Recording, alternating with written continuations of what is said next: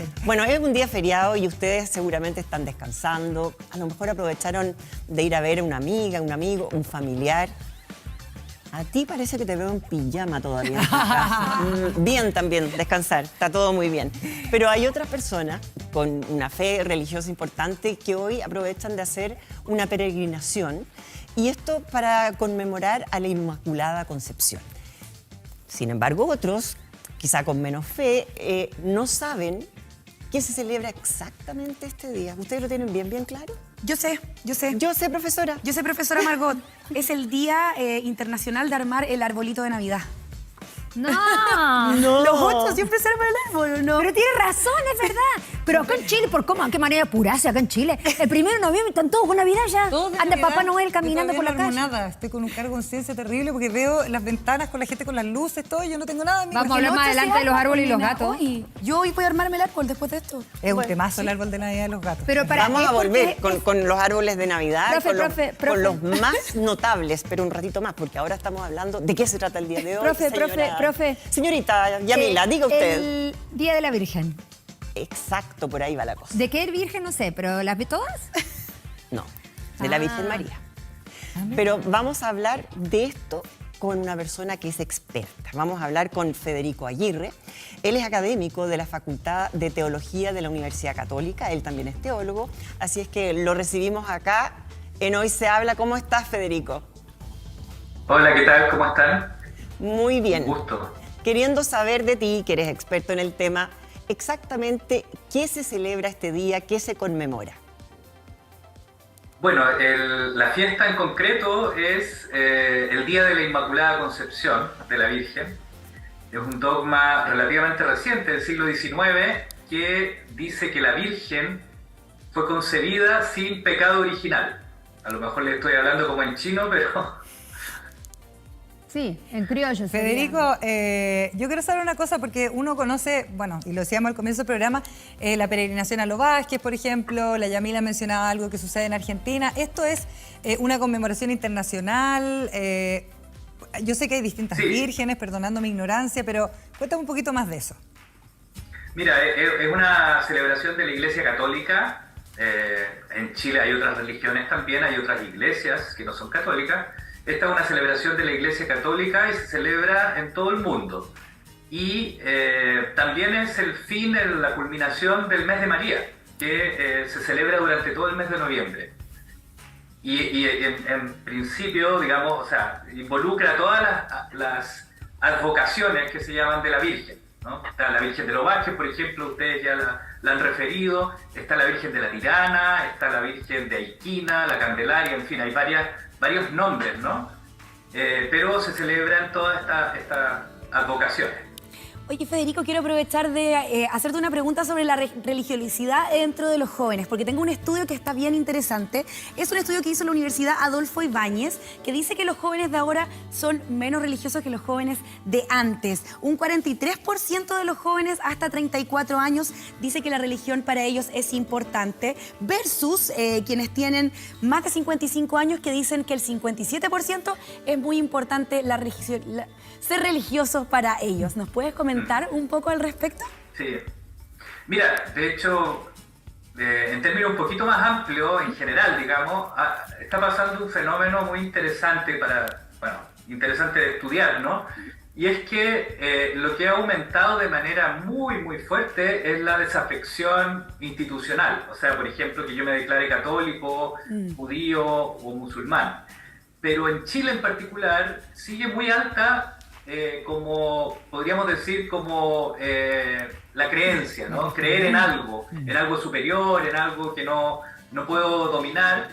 Y eso conduce a ciertas prácticas también, ¿no? Que a lo mejor uno no está acostumbrado a pensarlas como religiosas, pero que tienen un sentido religioso, porque en el fondo le da sentido a la vida de las personas. Les pongo un ejemplo para referirme en concreto a los jóvenes.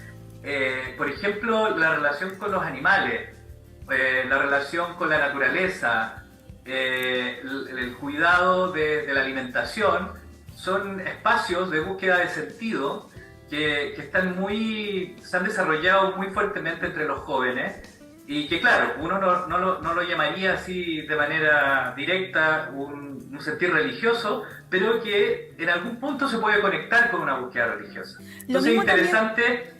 Lo mismo Sí. también con el horóscopo, por ejemplo, y ese tipo de creencias que también son bien potentes dentro de los jóvenes.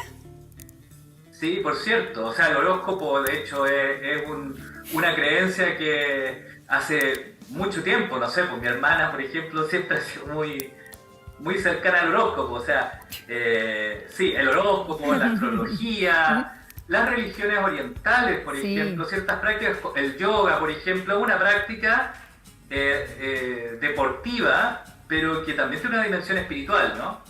Y te pregunto, ¿por qué crees que los jóvenes de hoy se han alejado un poco de la religión más tradicional que tenemos, digamos?